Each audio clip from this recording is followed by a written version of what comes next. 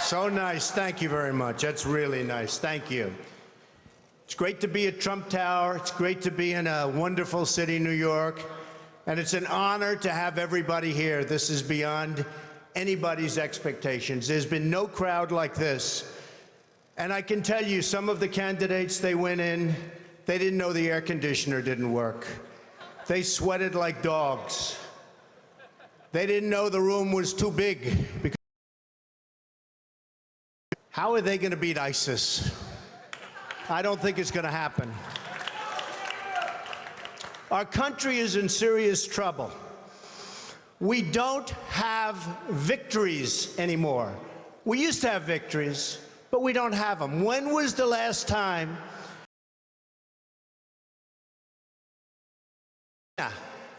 in a trade deal they kill us? I beat China all the time. All the time. When did we beat Japan at any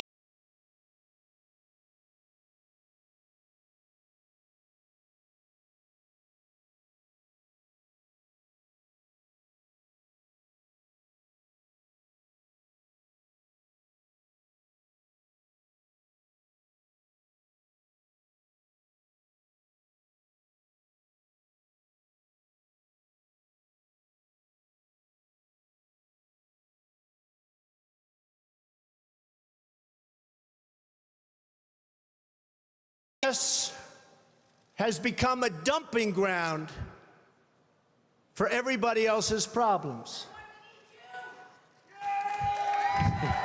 Thank you. It's true.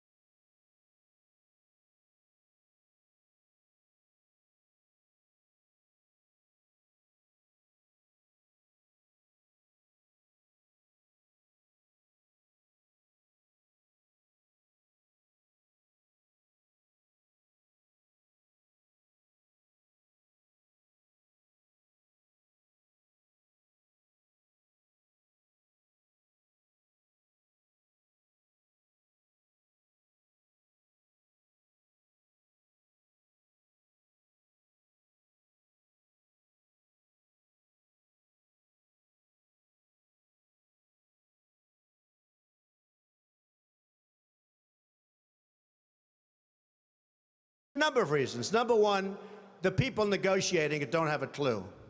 Our president doesn't have a clue. He's a bad negotiator.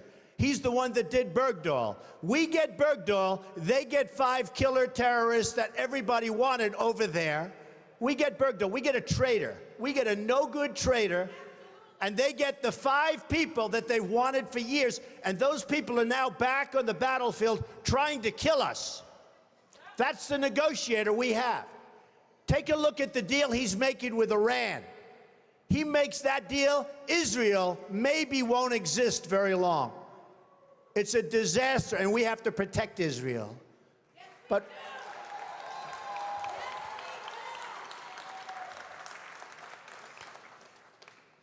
so we need people. I'm a free trader. But the problem with free trade is you need really talented people to negotiate for you. If you don't have talented people, if you don't have great leadership, if you don't have people that know business, not just a political hack that got the job because he made a contribution to a campaign, which is the way all jobs just about are gotten, free trade is terrible. Free trade can be wonderful if you have smart people. But we have people that are stupid. We have people that aren't smart. And we have people that are controlled by special interests. And it's just not going to work. So here's a couple of stories. Happened recently. A friend of mine is a great manufacturer. And you know, China comes over and they dump all their stuff. And I buy it. I buy it. Because, frankly, I have an obligation to buy it. Because they devalue their currency so brilliantly. They just did it recently, and nobody thought they could do it again. But with all our problems with Russia, with all our problems with everything, they got away with it again. And it's impossible for our people here to compete. So I want to tell you this story. A friend of mine is a great manufacturer. Calls me up a few weeks ago. He's very upset. I said, what's your problem? He said, you know, I make great product. And I said, I know that because I buy the product. He said, I can't get it into China. They won't accept it. I sent a boat over and they actually sent it back. They talked about environmental, they talked about all sorts of crap that had nothing to do with it. I said, oh, wait a minute, that's terrible. Does anyone know this? He said, yeah, they do it all the time with other people. I said, they send it back? Yeah. So I finally got it over there and they charged me a big tariff. They're not supposed to be doing that. I told them. Now, they do charge a tariff on trucks. When we send trucks and other things over there, ask Boeing. They wanted Boeing's secrets. They wanted their patents and all their secrets before they agreed to buy planes from Boeing. Hey, I'm not saying they're stupid. I like China. I sell apartment for I just sold an apartment for $15 million to somebody from China. Am I supposed to dislike them? I own a big chunk of the Bank of America building in 1290 Avenue of the Americas that I got from China in a war. Very valuable. I love China. The biggest bank in the world is from China. You know where their United States headquarters is located? In this building, in Trump Tower. I love China. People say, oh, you don't like China. No, I love them. But their leaders are much smarter than our leaders. And we can't sustain ourselves with that. There's too much. It's like take the New England Patriots and Tom Brady and have them play your high school football team. That's the difference between China's leaders and our leaders. They are ripping us. We are rebuilding China. We're rebuilding many countries. China, you go there now, roads, bridges, schools, you never saw anything like it. They have bridges that make the George Washington Bridge look like small potatoes. And they're all over the place. We have all the cards, but we don't know how to use them. We don't even know that we have the cards because our leaders don't understand the game. We could turn off that spigot by charging them tax until they behave properly. Now they're going militarily. They're building a military island in the middle of the South China Sea, a military island. Now, our country could never do that because we'd have to get environmental clearance. And the environmentalists wouldn't let our country. We would never build an ocean. They built it in about 1 year, this massive military port. They're building up their military to a point that is very scary. You have a problem with ISIS, you have a bigger problem with China. And in my opinion, the new China, believe it or not, in terms of trade, is Mexico. So this man tells me about the manufacturing. I say, that's a terrible story. I hate to hear it. But I have another one, Ford. So Mexico takes a company, car company, that was going to build in Tennessee, rips it out. Everybody thought the deal was dead. Reported in the Wall Street Journal recently. Everybody thought it was a done deal. It's going in, and that's going to be it, going into Tennessee. Great state, great people. All of a sudden, at the last moment, this big car manufacturer, foreign, announces they're not going to Tennessee. They're going to spend their $1 billion in Mexico instead. Not good. Now Ford announces a few weeks ago that Ford is going to build a $2.5 billion car and truck and parts manufacturing plant in Mexico. $2.5 billion. It's going to be one of the largest in the world. Ford, good company. So I announced that I'm running for president. One of the early things I would do, probably before I even got in, and I wouldn't even use, I know the smartest negotiators in the world. I know the good ones, I know the bad ones, I know the overrated ones. You got a lot of them that are overrated. They're not good, they think they are. They get good stories because the newspapers get buffaloed. But they're not good. But I know the best negotiators in the world. And I'd put them one for each country. Believe me, folks, we will do very, very well. Very, very well. But I wouldn't even waste my time with this one. I would call up the head of Ford, who I know, if I was president. I'd say, congratulations. I understand that you're building a nice $2.5 billion car factory in Mexico, and that you're going to take your cars and sell them to the United States, zero tax. Just flow them across the border. And you say to yourself, how does that help us, right? How does that help us? Where is that good? It's not. So I'd say, congratulations, that's the good news. Let me give you the bad news. Every car and every truck and every part manufactured in this plant that comes across the border, we're going to charge you a 35% tax. Okay? And that tax is going to be paid simultaneously with the transaction. And that's it. Now, here's what's going to happen. If it's not me in the position, it's one of these politicians that we're running against. You know, the 400 people that we're already against. And here's what's going to happen. They're not so stupid. They know it's not a good thing. And they may even be upset by it. But then they're going to get a call from their donors, or probably from the lobbyist for Ford, and say, you can't do that to Ford because Ford takes care of me and I take care of you, and you can't do that to Ford. And guess what? No problem. They're going to build in Mexico. They're going to take away thousands of jobs. It's very bad for us. So, under President Trump, here's what would happen. The head of Ford will call me back, I would say within an hour after I told him the bad news. But it could be he'd want to be cool, and he'll wait till the next day. You know, they want to be a little cool. And he'll say, please, please, please. He'll beg for a little while, and I'll say, no interest. Then he'll call all sorts of political people, and I'll say, sorry, fellas, no interest, because I don't need anybody's money. It's nice. I don't need anybody's money. I'm using my own money. I'm not using the lobbyists. I'm not using donors. I don't care. I'm really rich. I'll show you that in a second. And by the way, I'm not even saying that in a braggadocio. That's the kind of mindset, that's the kind of thinking you need for this country. So, because we got to make the country rich, it sounds crass. Somebody said, oh, that's crass. It's not crass. We got 18 trillion in debt. We got nothing but problems. We got a military that needs equipment all over the place. We got nuclear weapons that are obsolete.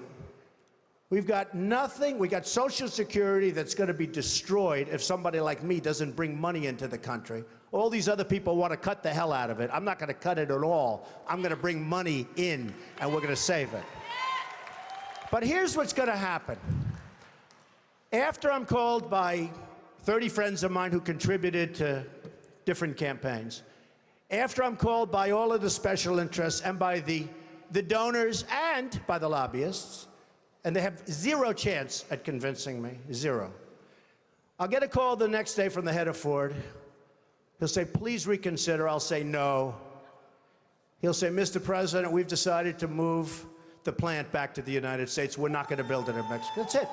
They have no choice. They have no choice. There are hundreds of things like that. I'll give you another example. Saudi Arabia. They make $1 billion a day. $1 billion a day. I love the Saudis. Many are in this building. They make $1 billion a day. Whenever they have problems, we send over the ships. We're going to protect. What are we doing? They got nothing but money. If the right person asked them, they pay a fortune. They wouldn't be there except for us. And believe me, you look at the border with Yemen. You remember Obama a year ago. Yemen was a great victory. 2 weeks later, the place was blown up. Everybody got, and they kept our equipment. They always keep our equipment. We just said used equipment, right? They always keep our equipment. We ought to send some real junk, because frankly, we ought to send our surplus. We're always losing this gorgeous brand new stuff. But look at that border with Saudi Arabia. Do you really think that these people are interested in Yemen? Saudi Arabia, without us, is gone. They're gone. And I'm the one that made all of the right predictions about Iraq. You know, all of these politicians that I'm running against now, it's so nice to say I'm running as opposed to if I run, I'm running. But all of these politicians that I'm running against now, they're trying to disassociate. I mean, you looked at Bush, it took him 5 days to answer the question on Iraq. He couldn't answer the question, he didn't know. I said, is he intelligent? Then I looked at Rubio. He was unable to answer the question. Is Iraq a good thing or a bad thing? He didn't know. He couldn't answer the question. How are these people going to lead us? How are we going to go back and make it great again? We can't. They don't have a clue. They can't lead us. They can't. They can't even answer simple questions. It was terrible. But Saudi Arabia is in big, big trouble. Now, thanks to fracking and other things, the oil is all over the place. And I used to say it. There are ships at sea, and this was during the worst crisis, that were loaded up with oil. And the cartel kept the price up. Because, again, they were smarter than our leaders. They were smarter than our leaders. There is so much wealth out there that can make our country so rich again, and therefore make it great again. Because we need money. We're dying. We're dying. We need money. We have to do it, and we need the right people. So, Ford will come back. They'll all come back. And I will say this. This is going to be an election, in my opinion, that's based on competence. Somebody said, thank you, darling. Somebody said to me the other day, a reporter, very nice reporter, but Mr. Trump, you're not a nice person. That's true, but actually I am. I think I am a nice person. People that know me like me. Does my family like me? I think so, right? Look at my family. I'm proud of my family. By the way, speaking of my family, Melania, Barron, Kai, Donnie, Don, Vanessa, Tiffany, Ivanka did a great job. Did she do a great job? Great. Jared, Laura, and Eric. I'm very proud of my family. They're a great family. So the reporter said to me the other day, but Mr. Trump, you're not a nice person.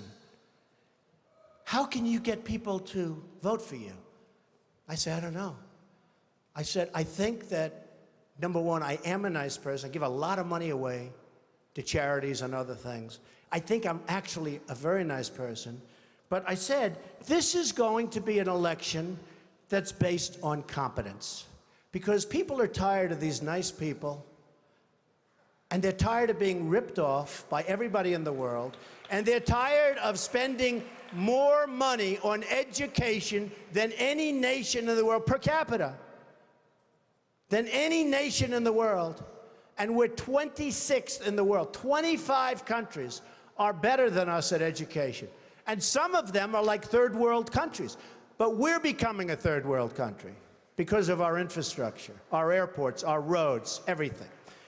So one of the things I did, and I said, you know what I'll do? I'll do it. Because a lot of people said, he'll never run. Number one, he won't want to give up his lifestyle. They're right about that, but I'm doing it. Number two, I'm a private company, so nobody knows what I'm worth.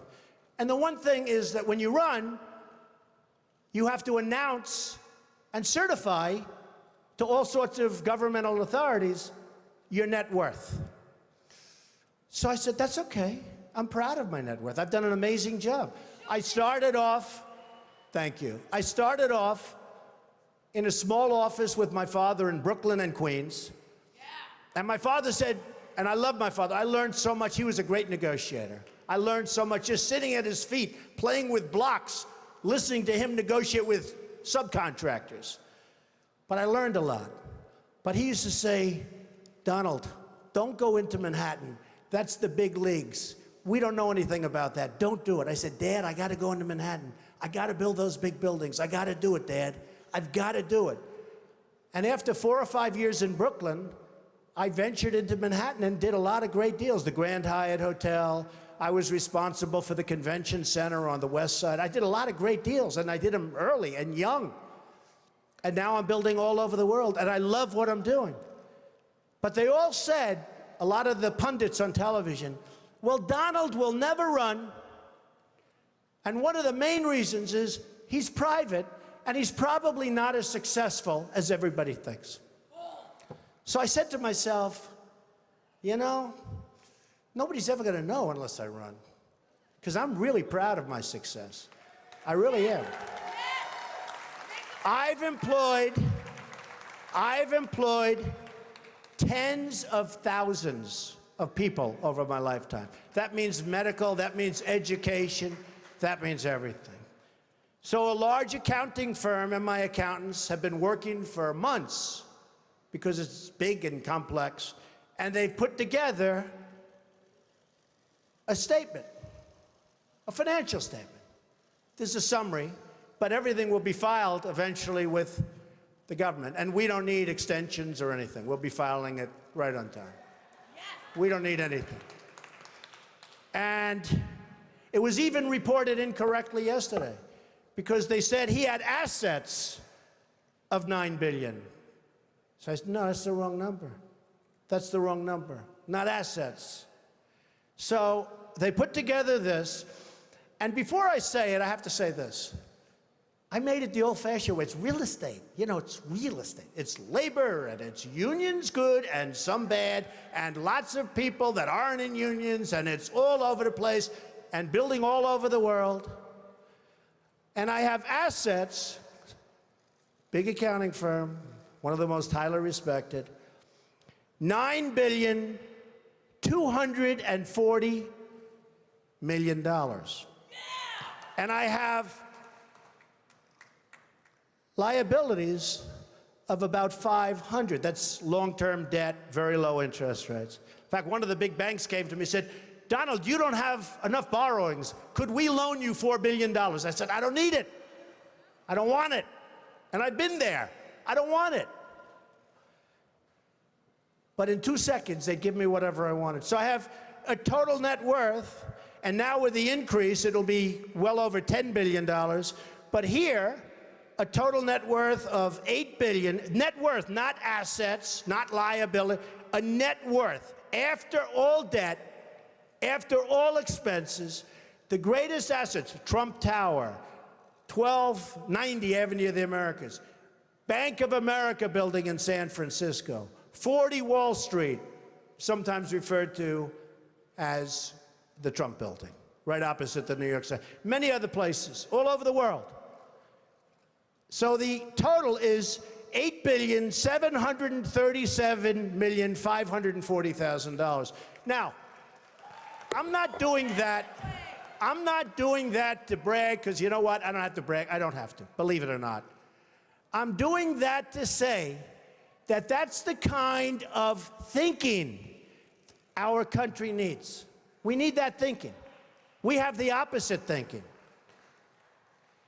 We have losers. We have losers. We have people that don't have it. We have people that are morally corrupt. We have people that are selling this country down the drain. So I put together the statement, and the only reason I'm telling you about it today is because we really do have to get going. Because if we have another 3 or 4 years, you know, we're at 18 trillion now. We're soon going to be at 20 trillion. According to the economists, who I'm not big believers in, but nevertheless, this is what they're saying, that 24 trillion, we're very close. That's the point of no return. $24 trillion. We will be there soon. That's when we become Greece. That's when we become a country that's unsalvageable. And we're going to be there very soon. We're going to be there very soon. Make America strong! So, just to sum up, I would do various things very quickly. I would repeal and replace the big lie Obamacare. I would build a great wall, and nobody builds walls better than me, believe me. And I'll build them very inexpensively. I will build a great, great wall on our southern border, and I will have Mexico pay for that wall. Mark my words. Nobody would be tougher on ISIS than Donald Trump. Nobody.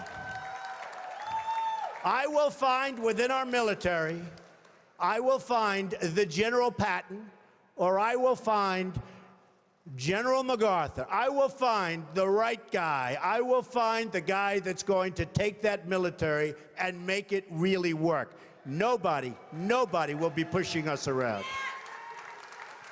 I will stop Iran from getting nuclear weapons, and we won't be using a man like Secretary Kerry that has absolutely no concept of negotiation, who's making a horrible and laughable deal, who's just being tapped along as they make weapons right now, and then goes into a bicycle race at 72 years old and falls and breaks his leg. I won't be doing that. And I promise I will never be in a bicycle race, that I can tell you. I will immediately terminate President Obama's illegal executive order on immigration. Immediately. Fully support and back up the Second Amendment. Now, it's very interesting. Today I heard it. Through stupidity, in a very, very hardcore prison, interestingly named Clinton, two vicious murderers, two vicious people escaped, and nobody knows where they are. And a woman was on television this morning, and she said, you know, Mr. Trump, and she was telling other people, and I actually called her, but she said, you know, Mr. Trump, I always was against guns. I didn't want guns. And now, since this happened, it's up in the prison area. My husband and I are finally in agreement because he wanted the guns. We now have a gun on every table. We're ready to start shooting. I said, very interesting. So protect the Second Amendment. End Common Core. Common Core it is a disaster. Bush is totally in favor of Common Core. I don't see how he can possibly get the nomination. He's weak on immigration. He's in favor of Common Core. How the hell can you vote for this guy? You just can't do it. We have to end. Education has to be local. Rebuild the country's infrastructure. Nobody can do that like me. Believe me. It will be done on time, on budget, way below cost, way below what anyone ever thought. I look at these roads being built all over the country, and I say, I can build those things for 1/3. What they do is unbelievable. How bad? You know, we're building on Pennsylvania Avenue, the old post office. We're converting it into one of the world's great hotels. It's going to be the best hotel in Washington, D.C. We got it from the General Services Administration in Washington. The Obama administration, we got it. It was the most highly sought after, or one of them, but I think the most highly sought after project in the history of General Services. We got it. People were shocked. Trump got it. Well, I got it for two reasons. Number one, we're really good. Number two, we had a really good plan. And I'll add in the third, we had a great financial statement. Because the General Services, who are terrific people, by the way, and talented people, they wanted to do a great job. And they want to make sure it got built. So we have to rebuild our infrastructure, our bridges, our roadways, our airports. You come into LaGuardia Airport, it's like we're in a third world country. You look at the patches and the 40-year-old floor, they throw down asphalt, and you look at these airports, we are like a third world country. And I come in from China, and I come in from Qatar, and I come in from different places, and they have the most incredible airports in the world. You come back to this country, and you have LAX, disaster. You have all of these disastrous airports. We have to rebuild our infrastructure. Save Medicare, Medicaid, and Social Security without cuts. Have to do it. Get rid of the fraud, get rid of the waste and abuse, but save it. People have been paying in for years, and now many of these candidates want to cut it. You save it by making the United States, by making us rich again, by taking back all of the money that's being lost. Renegotiate our foreign trade deals. Reduce our $18 trillion in debt, because believe me, we're in a bubble. We have artificially low interest rates. We have a stock market that frankly has been good to me, but I still hate to see what's happening. We have a stock market that is so bloated.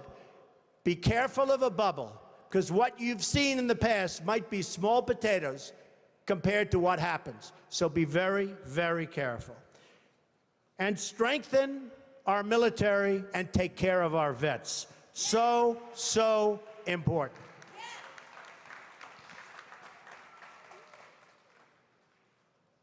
Sadly, the American dream is dead. Bring it back. But if I get elected president, I will bring it back bigger and better and stronger than ever before, and we will make America great again. Thank you. Thank you very much.